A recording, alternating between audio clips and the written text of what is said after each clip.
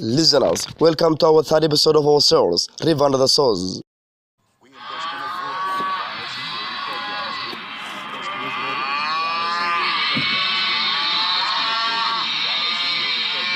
On the 14th day of the next moon, as promised, the cattle were driven into the compound by young men splashed with war paints, whistling and calling out to the top of their lungs and chanting in turn the names of great warriors of the past, such as Luanda Magere and Gori Mahai.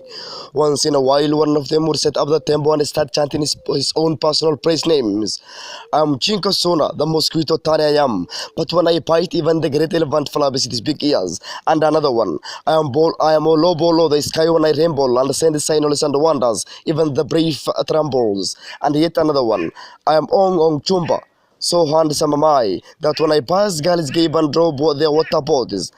They were received by the local young men. Some of them drove away the cattle and the others guided the young men into the hut where they feasted late into the night.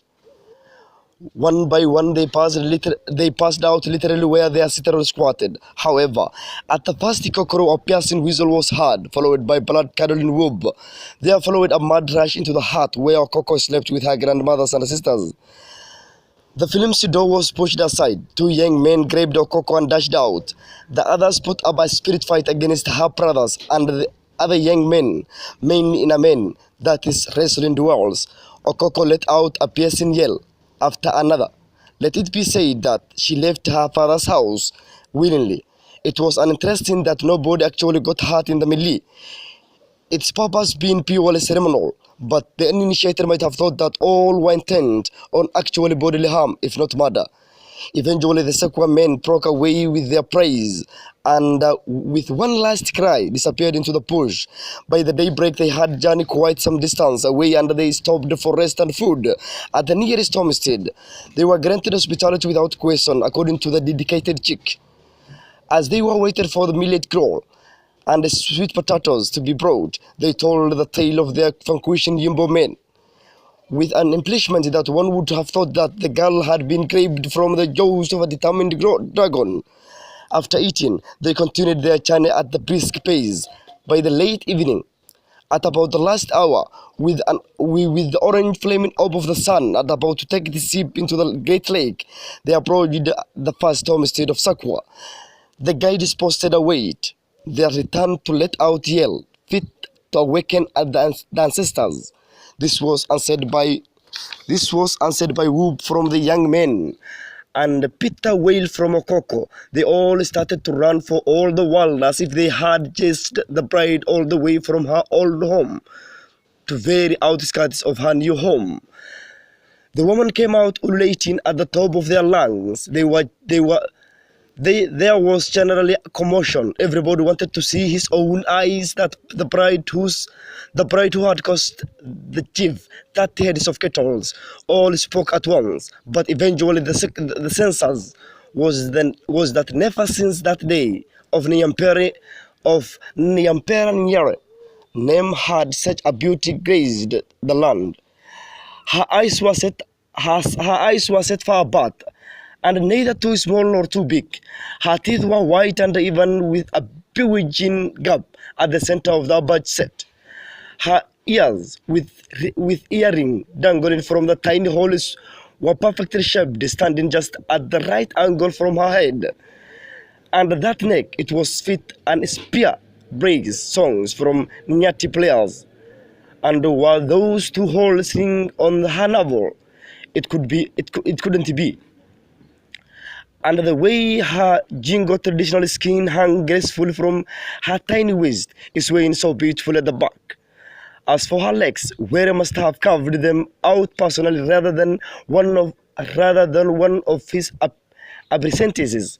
It was agreed that that head of cattle were rather high, but the chief had chosen well. Besides, the young men reported that he was held in such a great awe by the Yimbo people that he has much a glance in their direction. Another girl would immediately be given to the chief with such great nyadi.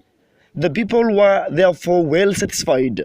Such great nyadi. The people were therefore well satisfied with nyadi, the new wife of the chief. Okoko was installed as the first Makai of the chief Kembo, and the people started to count the days and the moons. At the third moon, whispered were heard, for one never speaks of those things loudly in case some evil spirit has ears and cause trouble. By the fifth moon, everything was obvious to even the most unobvious dwellers. People waited with bated breath, and tenth moon from the day she arrived, waiting Okoko delivered herself a fine son. Bears inulations were heard as people rejoiced for the continuation of the chief's line. This was a good omen indeed. The child was tentatively called Obura, the counselors or wise, the counselor or wise one. While dreams were being awaited on the second night after the birth, the child's father dreamed on no less than Kembo Kianginga, the late chief. He dreamed that Kembo was handing him a baby boy from his right hand aside, a sign that the old chief's spirit was well pleased with his son and grandsons. The child therefore became Obura Kembo. Obura Kembo was a boy to gladden any father's heart, a swifter mind and body like his mother. He was a big like his father. His rate of development would have caused comments. Comments were it not that the people did not want to bring bad luck to the chief's son by talking about his prowess. For most part, they were marveled silently except for a few ill-mannered types who forgot themselves to point and mention some amazing aspects of the child's character. His parents' heart swelled with pride within them, but even they kept a severe check on their tongues. In fact, there was a reprimanded more than any other child, and to hear his mother, one would have thought Hassan a good for nothing, slowly awaited, lazy pawns. It was just a well that Abora was carefully followed and was rarely over put out. Least of all by his mother whom he loved, as had happened with her fathers before. He probably saw right through her eyes when he was about 3.5 seasons old. Oboro's mother became pregnant again. At this point, the chief was under great pressure to marry another wife, especially from his mother, who felt that the rate at which he was producing himself was too slowly. It is to be noted that she had nothing against Okoko. In fact, she liked her daughter-in-law, but children were wealth, and she remembered how her husband, the late chief, had organized over the fact that he had only 2 sons out of 6 wives. He, on the other hand, had 20 daughters, a feat which caused him to fume with silent fury. Beside, Otiono Woro's young brother had wasted no time in marrying 2 wives, one after another one, and already had 2 children, and he was expecting to have the fact that his children were completely lackluster, and unlike Oboro was completely besides the point. His wife was completely careless and well, but since he firmly believed that all women were the same, this did not matter either. The Emperor Awero's mother even got the councillors of Jodongo to meet and advise her son over the matter. He smiled in his usual enigmatic manner, thanked them, and informed them that he would bonded over the matter. He could tell that since he married his wife, he had profoundly lost interest in all other women. She was unafraid of him and spoke candidly almost the subject. She also had a capit but a tweet tongue, which unless it was the angry with him, rarely ever failed to make him laugh. Besides have advice on these matters, was sound, and he formed that a habit of going over her heart after evening meal just to hear her talk. However, however, a monogamous man was a known animal, and every man worth his salt tried to marry at least two wives. The chief had vast cattle wealth, so he could even have a number of girls, but he seemed more eager to get wives for his brothers and